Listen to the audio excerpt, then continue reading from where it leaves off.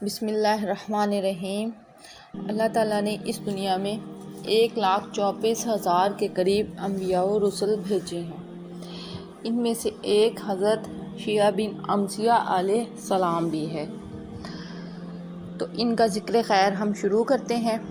امام محمد بن اسحاق رحمۃ اللہ علیہ کہتے ہیں کہ آپ کا زمانہ حضرت زکریا اور حضرت یحییٰ علیہ السلام سے پہلے کا ہے۔ آپ نے حضرت عیسیٰ علیہ السلام اور حضرت محمد صلی اللہ علیہ وآلہ وسلم کی بعثت کی خوشخبری دی تھی۔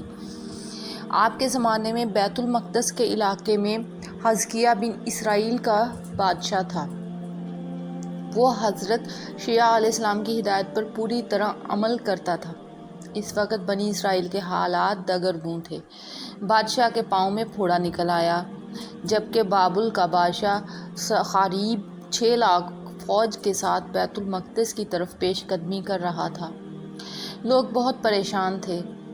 بادشاہ نے حضرت شیعہ علیہ السلام سے پوچھا، اللہ تعالیٰ نے آپ کی طرف سناکریب کی فوجوں کے بارے میں کیا وحی نازل فرمائی ہے؟ آپ نے فرمایا، ابھی کوئی وحی نازل نہیں ہوئی۔ آخر وحی نازل ہوئی کہ حزقیہ بادشاہ سے کہہ دیجئے کہ کسی کو اپنا قائم مقام نامزد کر دے، کیونکہ اس کی موت کا وقت قریب ہے۔ جب آپ نے بادشاہ کو اللہ کا یہ پیغام دیا تو بادشاہ قبلہ رخ ہو کر نماز، دعا اور گریہ زاری میں مشغول ہو گیا۔ اس نے اخلاص، توکل اور صبر کا دامن پکڑا اور دعا کی، یا اللہ، اے سب مالکوں کے مالک، سب معبودوں کے معبود، یا رحمان یا رحیم، اے وہ ذات جو نیند اور اونگ سے پاک ہے، میرے اعمال پر اور بنی اسرائیل میں انصاف کے ساتھ حکومت کرنے پر نظر فرما۔ یہ سب تیری توفیق سے ہوا۔ تو یہ بات مجھ سے زیادہ جانتا ہے، میرا ظاہر و باطن تیرے لیے ہے۔ اللہ تعالیٰ نے اس کی دعا قبول کی، رحمت فرمائی اور حضرت شیعہ علیہ السلام کی طرف وحی نازل فرمائی کہ اسے خوشخبری دے دیں کہ اللہ نے اس کی گریہ زاری پر رحم فرمایا اور اس کی موت کو 15 سال کے لیے مؤخر فرما دیا ہے اور اسے اس کے دشمن سناکریب سے نجات دے دی ہے۔ جو ہی شیعہ علیہ السلام نے اسے یہ خوشخبری سنائی، اس کی بیماری دور ہو گئی، تمام غم و فکر دور ہو گئے اور وہ اللہ کے آگے سجدہ ریز ہو گیا۔ سامعین کرام، یہاں سے ہمیں یہ بھی رہنمائی ملتی ہے کہ تقدیر پر کیونکہ اللہ تعالیٰ ہی قادر ہے اور دعا سے تقدیر اللہ تعالیٰ بدل دیتا ہے۔ چنانچہ اس نے سجدہ میں یہ الفاظ کہے، یا اللہ، تو ہی جسے چاہتا ہے حکومت دیتا ہے اور جس سے چاہتا ہے چھین لیتا ہے، تو جسے چاہتا ہے عزت دیتا ہے، تو ظاہر اور پوشیدہ سے باخبر ہے، تو ہی اول و آخر ہے اور تو ہی ظاہر و باطن ہے، تو ہی رحم فرماتا ہے اور لاچاروں کی دعا قبول کرتا ہے۔ جب اس نے سجدہ سے سر اٹھایا تو اللہ نے شیعہ علیہ السلام کی طرف وحی نازل فرمائی کہ بادشاہ کو حکم دیں کہ وہ انجیر کا پانی نکال کر اپنے زخم پر لگائے، اسے شفا حاصل ہو جائے گی۔ اس نے اس ہدایت کے مطابق عمل کیا تو اسے شفا ہو گئی۔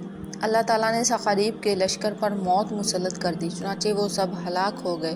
صرف سناکریب اور اس کے 5 ساتھی باقی بچے، جن میں سے ایک بخت نصر تھا۔